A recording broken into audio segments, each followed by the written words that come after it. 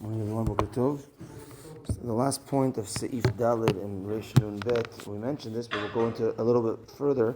The Rama says, Aval eno Yehudi she'osem min alayim ala mekach. Let's say there's a non-Jew who sells, or you say he makes, in this case, he makes shoes for selling. So he doesn't necessarily just do orders, but he also makes shoes ready for the market as well.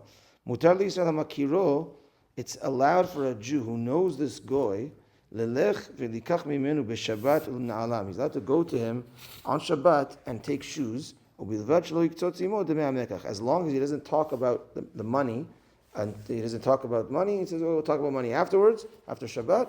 He's allowed to do it in a situation that he's in need. He's allowed to go in this case. So the Mishnah Brura, the Chafetz Chaim, he says as follows, a few points to this. Number one is, the goy is doing this on his own. He's making a sale, he's putting it out there, he has a store open for anyone to walk in, he's not necessarily doing it for the Jew, etc. Also, it's in a case where everyone knows that everyone knows the situation, that the goy is not making it for the Jew, and that everyone knows that. Also, everyone knows that it's a situation where where the Jew didn't command the goy to do it for him, and that could also take away from the Marit Ayin. There are those that argue. He brings down the Magen Avraham and others that argue on this and say that it could only work if you send a goy to do it for you. Meaning your shoes broke on Shabbat, you need shoes, and you have a friend, he's a shoe store, non-Jewish guy, so send a non-Jew and talk about money later. That could work according to the Magen Avraham. According to the Rama, according to the Mishnah Berurah, you could even go yourself.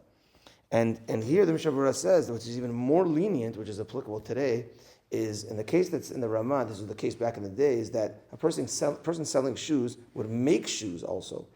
So, but nowadays, the person that sells shoes, he didn't make the shoes, he's just selling shoes. So it's even more lenient because the Isur is more of making the shoe. So if you commanded a non-Jew to make the shoe for you on Shabbat, that's where there's more of an issue.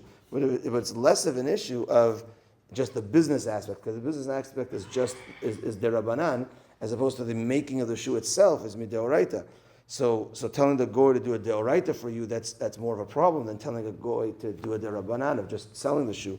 So it's more lenient in the cases like nowadays where the non-Jewish store is open, and all he does is sell shoes. He doesn't make the shoes there for you, or he never made the shoes in the first place. So it's never like you told that goy to make the shoe for me. It's just, so it's more lenient like that. He does still bring those that argue even in that type of case, because it's uvda dechol. It's a weekday thing. Walking into a store, taking a shoe. It's a weekday thing. So what comes out is, number one, it has to be letzorech. It needs to be a need, not just like, let me go shopping for shoes. I'll tell the goy I'll come back on Sunday to pay him. No, not like that at all. It needs to be, number one, in a case of a need. Number two, we have to make sure as best as we can that there's no marit ayin.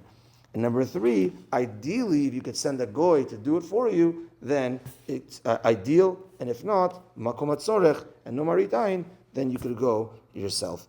I have to run today to Brit Milah actually, so there won't be a Mishlei Shiur, but we'll do Tehillim after Tefillah. Minchat tonight at 7:10. Have a good day, everyone. Tana D'Eliyahu.